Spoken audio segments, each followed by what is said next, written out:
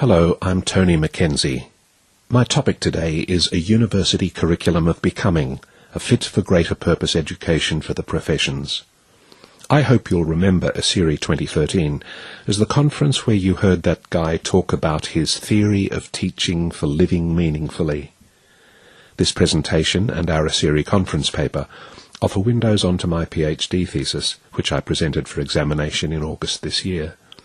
Today I will concentrate on an underpinning idea in my theory of living meaningfully, the idea of human becoming.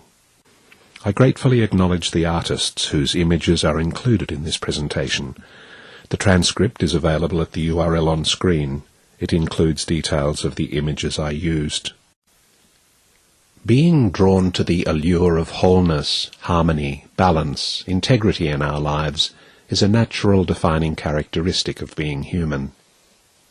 Even if we never talk about such things, we are not surprised to find ourselves admiring individuals who in their own unique ways embody such harmony. Perhaps we can all bring to mind individuals who live simply, holding their inner life and their material presence in the world in balance, as if this is what human living was meant to be. I'm not surprised, therefore, to find that my institution, Charles Sturt University in Australia, sees holism as a pivotal ideal for its educational endeavour. Its current strategic plan claims that CSU develops holistic, far-sighted people who help their communities grow and flourish. But what do educators mean when they talk about holistic people or holistic experience? I found my PhD project to be a preconception-dissolving, heart-mind-spirit-expanding exploration of holistic experience, in particular of our experience of hologenesis, the coming to be of wholes. Hologenesis touches us whenever we find ourselves organically part of something that is coming into being. Hologenesis is an idea and an experience. It takes on riveting importance for us when coupled with the inkling of continuity and connectedness throughout the cosmos. Here I acknowledge the impact of Teilhard de Chardin's work, for example his notion of cosmogenesis, on my own intellectual journey. Ken Wilber also writes powerfully on the interconnectedness of everything. We are not separate from the world we observe. While Teilhard and Wilber arrive at their respective integral visions from within each one's overarching belief system, it is possible to treasure one's noble hope for something better than this particulate existence as an attraction to wholeness more innate in us than our personal worldviews. Unfolding without, unfolding within. The transformation is us.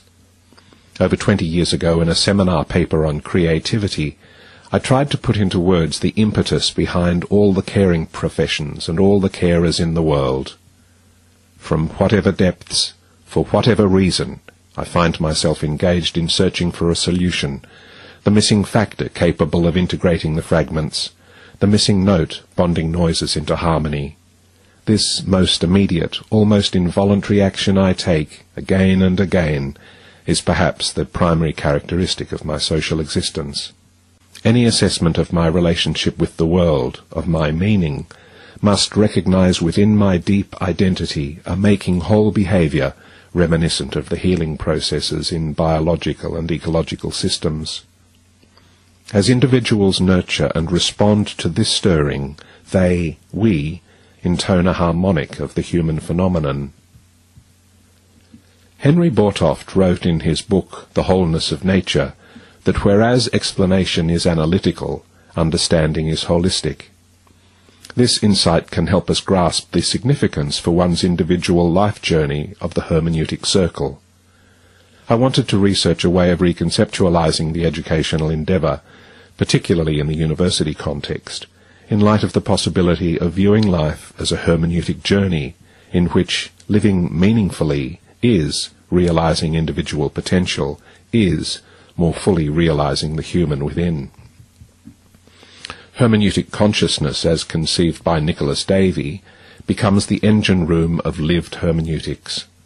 Growth in global understanding is the vehicle for both. My heart-mind-spirit journey is my most intimate brush with hologenesis.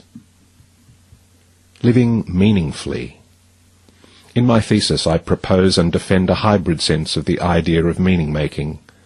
I use meaning-making to span and hold together two concepts: our human drive to make meaning, that is, make sense of things, and our challenge to find meaning, to live purposefully or self-actualize, Maslow 1954. In this way of thinking, the journey of personal becoming and the journey of making plus finding meaning are different facets of a single phenomenon, different terms to describe the process of becoming whole, of realizing individual potential. Supporting this metamorphosis, helping students to, quote, become themselves in new ways, Barnett 2010, is the core challenge of the model of curriculum presented in my thesis. Let's look at this hybrid notion of meaning-making. There's the sense-making dimension and the self-actualizing dimension. In my thesis I expand the conventional view that pursuit of understanding is a cognitive activity. Once we allow, even if only for the sake of argument, that human individuals are umbilically part of the remarkable human phenomenon, then self-actualization, one's personal journey of becoming, takes on a larger evolutionary significance. And for the individual, self-actualization becomes the context that gives meaning to particular areas of individual human development. Growth in understanding is important because it is part of a deeper, wider becoming. Cognition serves ontology. Just now I referred to the possibility of viewing life as a hermeneutic journey. This is not the place to give a detailed account of my argument on this, but my definition of growth in global understanding captures the essential idea. Global understanding is a hypothetical and tacit agglomeration or synthesis of all one's discrete understandings, plural.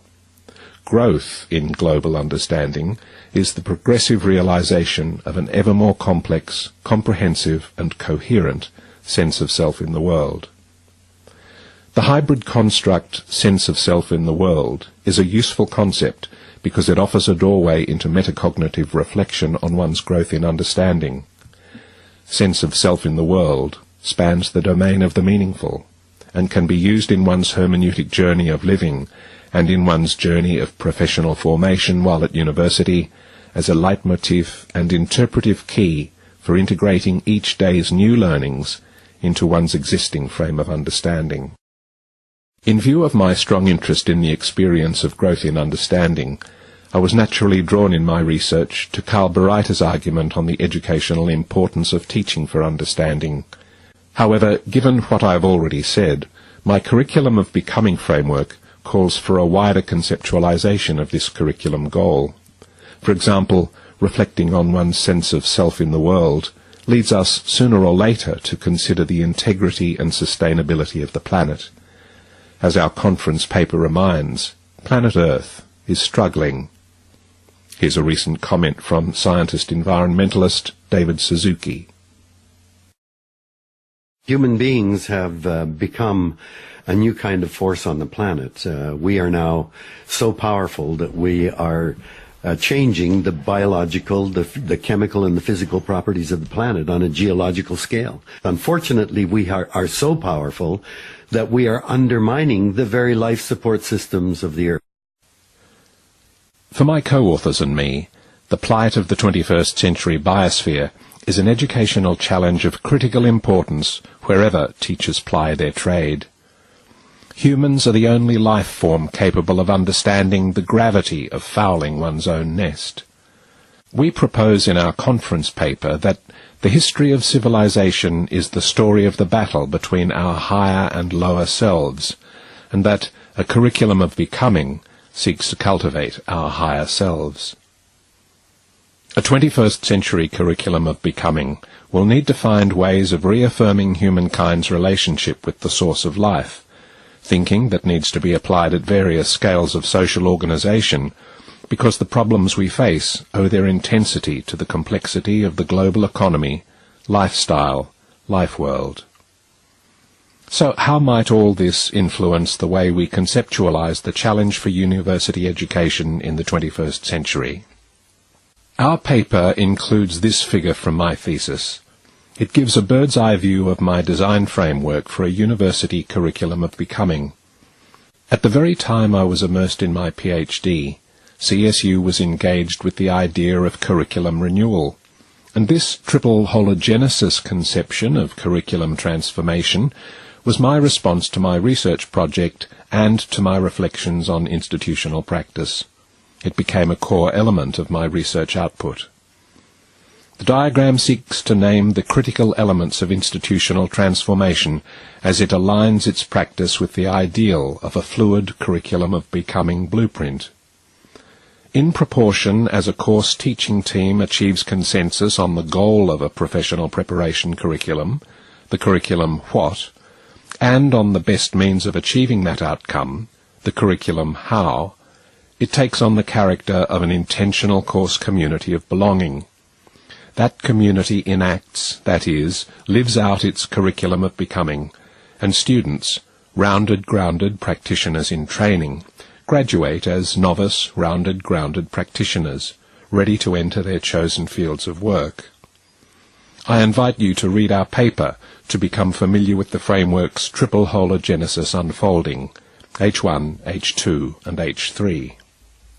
We argue that curriculum practice will achieve more robust and fulsome outcomes the more closely it mirrors or accommodates the way humans experience self and world, cognitively, socially, physically, emotionally, ethically, spiritually.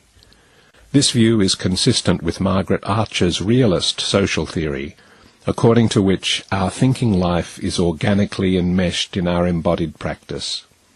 We say that a learner's understanding really does arise out of his/her life experience and bears its imprint.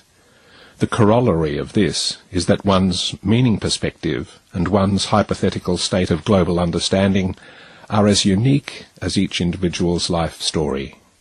My question for educators then is this: if living meaningfully is the essence of the human phenomenon, why would anyone attempt to achieve the utopian goals of education outside a meaning-making framework?